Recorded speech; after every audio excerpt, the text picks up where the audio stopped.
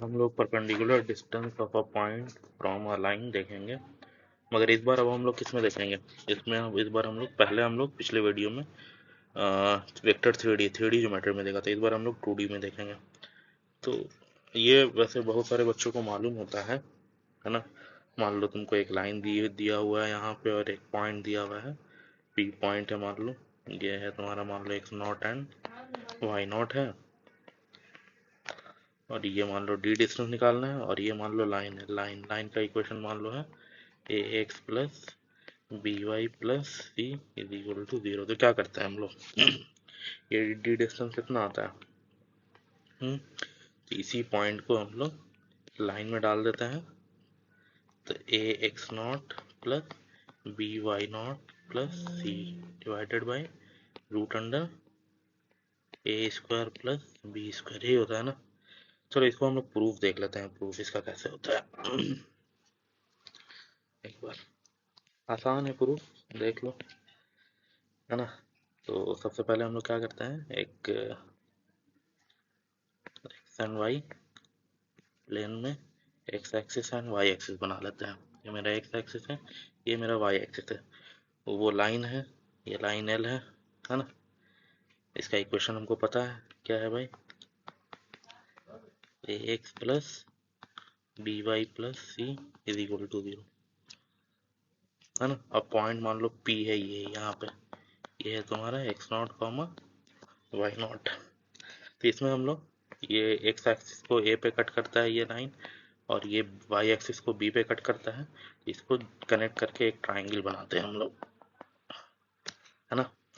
और ये तुम्हारा एल्टीट्यूड है, जिसको हम लोग बोल देंगे डी, और यही तुम्हारा क्या है? यही परपेंडिकुलर डिस्टेंस है पी का, किससे? ए बी से, यानी लाइन से। तो बेसिकली हमको इस ट्राइंगल में हमको क्या निकालना है? डी निकालना है ना।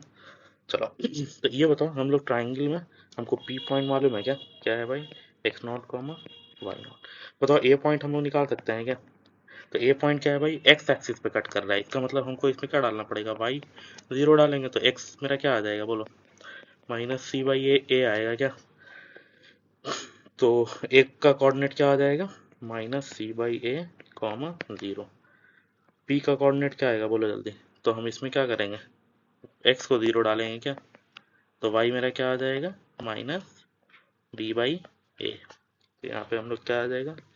0 comma minus B by A. बताओ एरिया ऑफ ट्राइंगल निकाल सकते हैं क्या?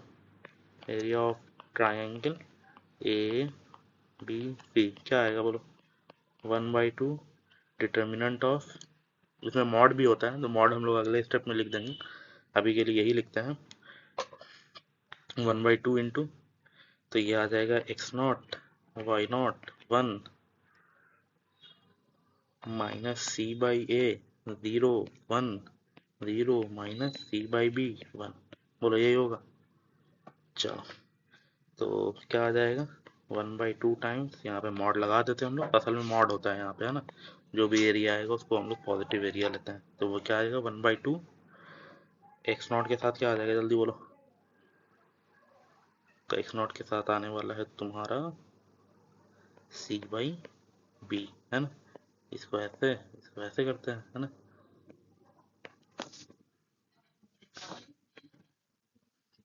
माइनस वाई नॉट के साथ क्या आएगा बोलो? Minus C by A, and 1 के साथ क्या आएगा बोलो? C square by A B. बोलो यही होगा। जल्दी जल्दी इसको थोड़ा ढंग से लिख लेते हैं। 1/2